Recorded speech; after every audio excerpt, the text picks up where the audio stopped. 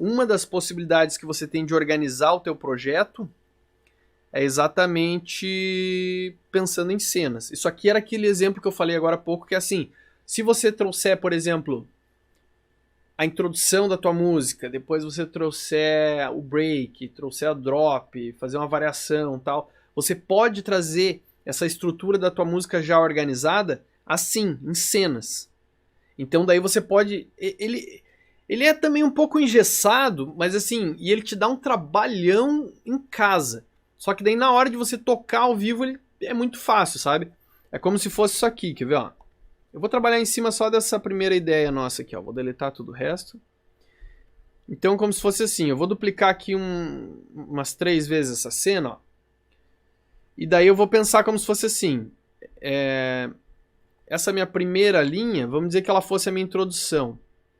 E eu quero que ela toque só, por exemplo, esse canal 8 aqui, que é uma percussão, não vai ter essa bateria, vai ter esse pad, não vai ter baixo, não vai ter arpejo e não vai ter melodia, não vai ter essa bateria. Deixa eu ver como é que vai tocar isso aqui.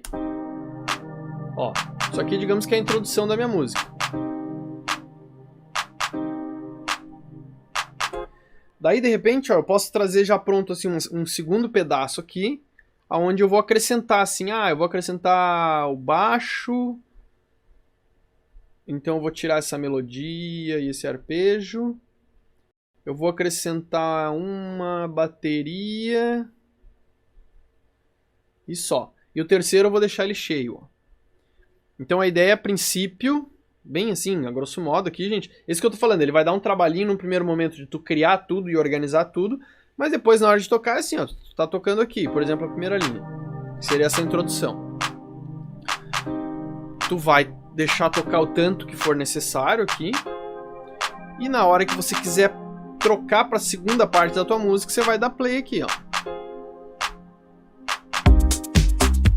Já tem a segunda parte. Aí também isso aqui, você pode deixar render o tempo que for necessário.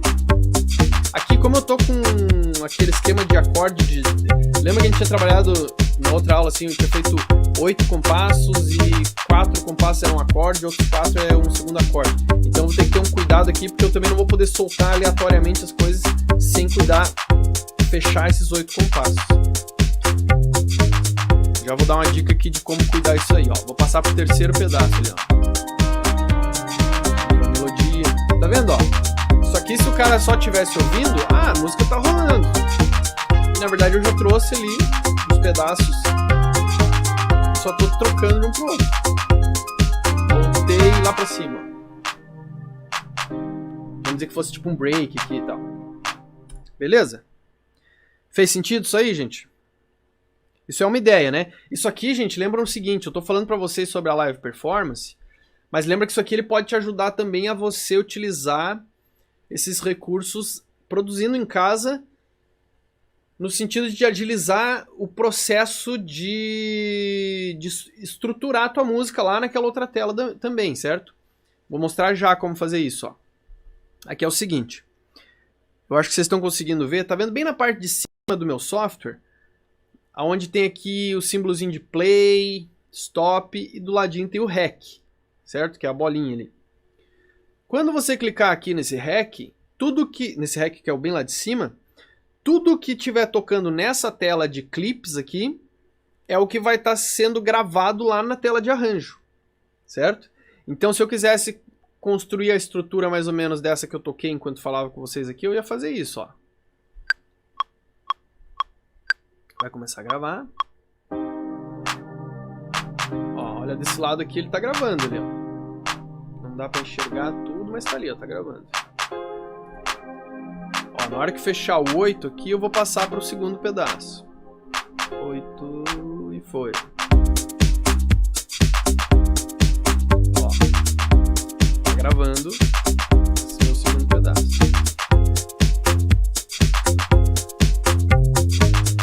Vou passar agora pro próximo pedaço, ó.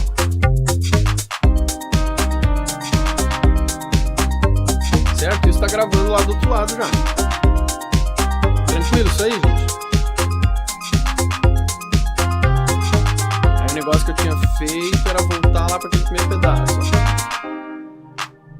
Ó, isso tudo tá ficando gravado desse lado. Então, como eu falei, é uma coisa que te ajuda, porque depois, te ajuda também na produção em casa, assim, porque depois tu vai ver o que você fez aqui. Deixa eu dar um stop aqui. Sempre... Ah, eu cliquei sem querer. Vocês viram que tinha um... Peraí. Vocês viram que, ó, tem esse botãozinho laranja aqui, ó. Acho que vocês estão vendo meu cursor, né? Ó, tem um botãozinho laranja que ele sempre aparece quando você tá tocando, ou você deu play ou stop, em algum clipe lá na outra tela, na tela de clips. Ele tá meio que dizendo assim, ok, estamos de uma certa forma submissos àquela outra tela, que é a tela de live. Aí, por isso que assim, até tem uma jogada que você pode trabalhar com as duas telas simultaneamente. Eu acho meio complicado e com certeza é uma coisa meio que você tem que ir desenvolvendo uma habilidade já que eu não vou colocar como os passos iniciais para eu falar sobre isso agora, tá? Pensa já como uma segunda etapa, assim, de você estar conseguindo trabalhar com as duas telas. Mas no final das contas é assim... Vamos dizer que você já vá para a tua performance com algumas coisas gravadas nessa tela de arranjo. E daí tá tocando aqui. Daí de repente você quer interagir ao vivo. E tudo que você der play lá do outro lado, todos os canais que você der play lá do outro lado, nessa tela aqui, ele vai começar a obedecer só o que tá rolando lá do outro lado. Seja play ou stop do clipe que você fizer. Aí quando você quer que ele volte a responder só o arranjo que já tem nessa tela aqui de arranjo, você tem que vir nesse botãozinho laranja e clicar nele. Daí ele tipo volta a responder só o que já está pré-definido aqui, tá? Deixa eu deletar isso aqui, voltar para outra tela.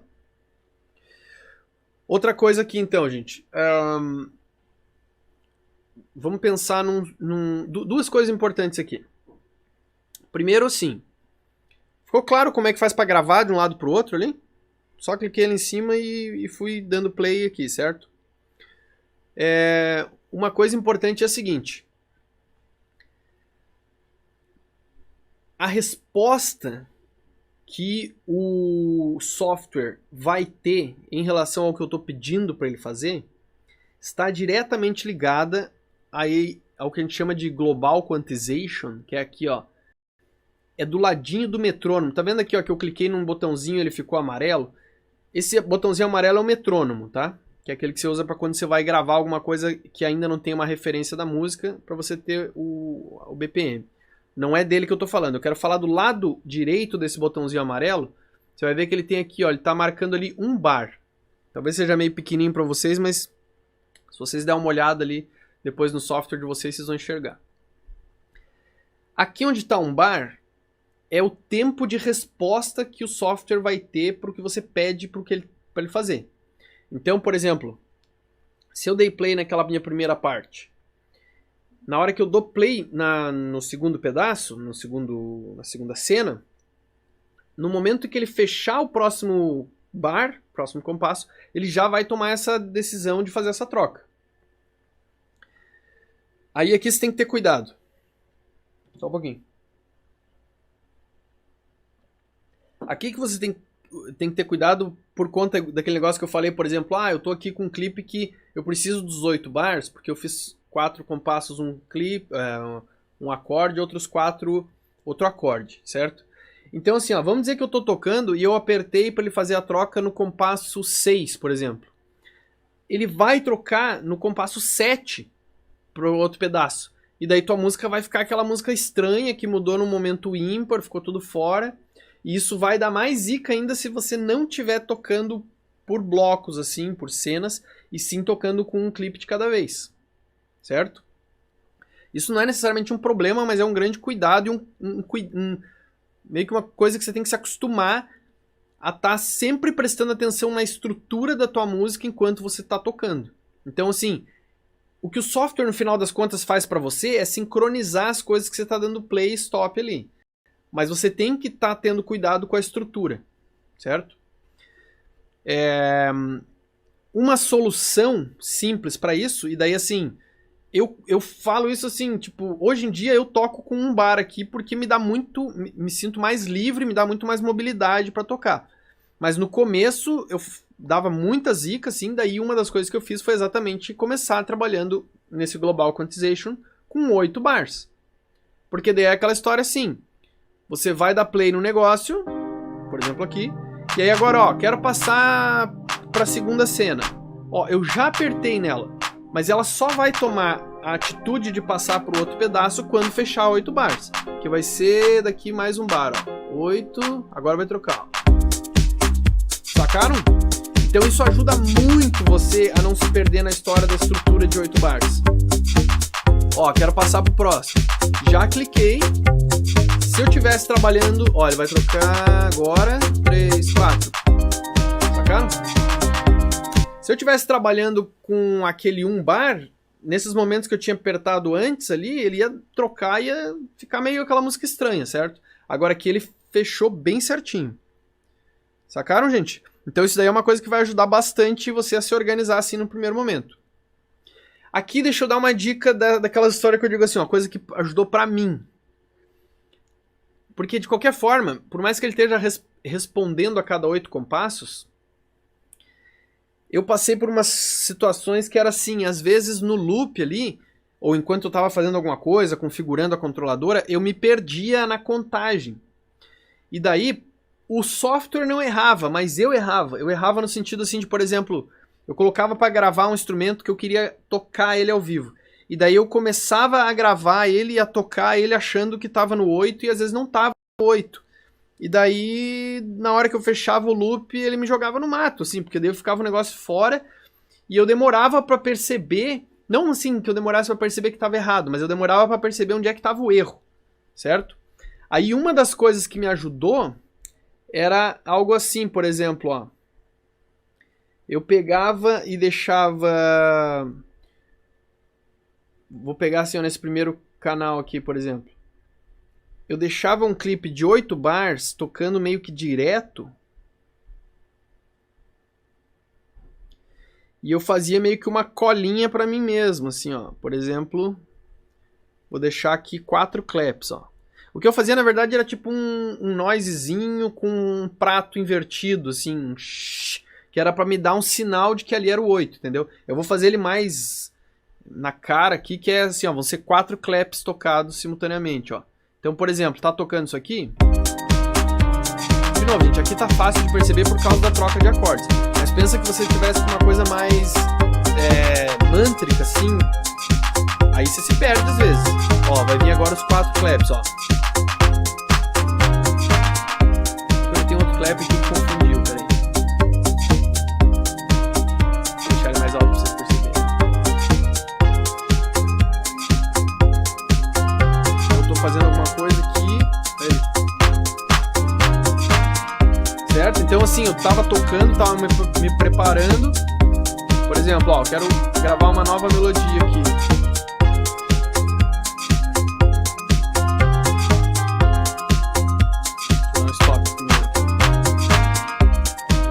Dei stop, eu quero começar a gravar uma nova melodia, ó. Eu já dei play, ele já está engatilhado para começar a gravar essa nova melodia. E eu tô esperando aqui começar. Aí me deu o sinal.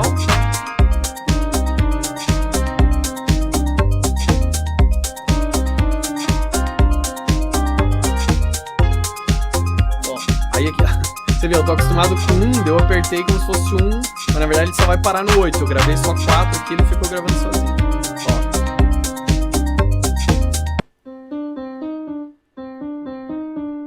Fez sentido, gente? Isso ali ajuda bastante, tá? Então, eu falei pra vocês de falar por cenas, que é uma coisa meio... É simples, na verdade, se organizar assim. Mas o que eu acho mais legal é você trabalhar por clipes, que é você ir soltando um por um cada clipe.